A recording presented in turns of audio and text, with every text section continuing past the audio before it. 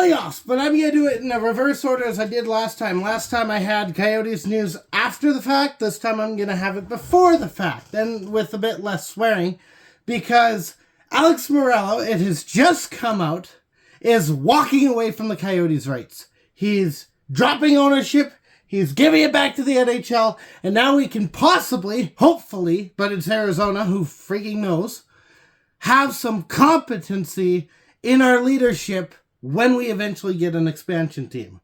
Having said that, I don't know what the stipulations are. I know what they are for Morello because Morello had the rights.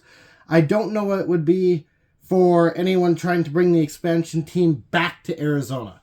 So, with that being said, there is something else I have to talk about. I'll cover a bit more of this in my last video for the season, because I've got to do a recap, and I'm not looking forward to it because that means talking about the Coyotes for the last time before I mentally move to Utah, where sports teams are concerned. I'm not moving there.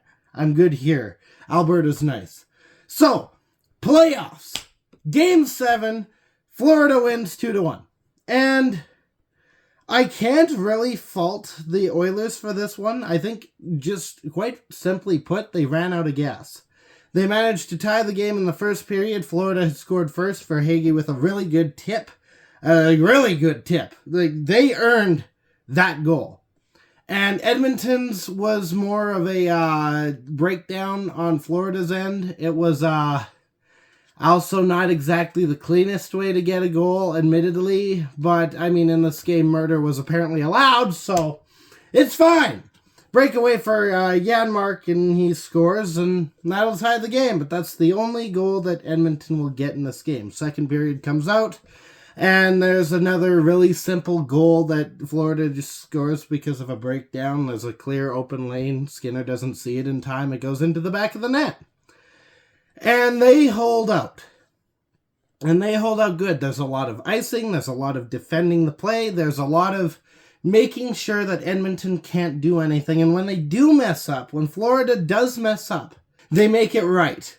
Case in point, there were 3 different times where the goaltender was down and out. Once where he lost a stick. There was one point on a power play for Edmonton that it was essentially a 5-on-3 because one of the players had their stick broken by a shot by Bouchard. They rallied to make it a hard-fought game and to make sure that Edmonton couldn't score. So to all ends, Florida deserved the cup this game. They did everything necessary to bring the cup, or I guess in this case, keep the puck. The puck? I'm so glad the season's done now. I can stop pretending I can English. Keeping the cup in Florida. And with Florida winning the Stanley Cup, there's 2 names I have to mention. One of them is a little bit of an iffy because of what happened with Valimaki a little bit ago, but it's fine because he was a former Coyote, so I guess I have to bring him up. Nick Cousins and Oliver Ekman-Larsson are both Florida Panthers. Unfortunately, Troy Stecher was an Oiler, so, I mean, it's not great. I would have loved to see him at least play in the finals, but he's dealing with an injury, so it was kind of unfortunate to watch him go down the downward spiral of being so close but not being close enough, I guess. But Oliver Ekman-Larsson, who was a captain Coyote, winning the Stanley Cup. Man, I was cheering for the Oilers because obviously I'm from Alberta. 9-year-old me is absolutely wailing right now. But as a Coyotes fan, I'm happy. So that's it for this season. Officially, as far as I'm concerned, because I was kind of trying to ride it out.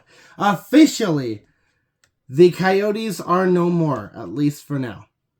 So I've got one more video I have to do to talk about that, to give a recap, give some plans to the future. I don't know what that's going to hold yet, which is why I'm not doing it all tonight.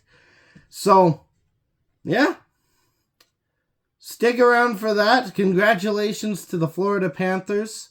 Congratulations to the Edmonton Oilers. They almost pulled off what seemed to be absolutely impossible. They have nothing to be ashamed of.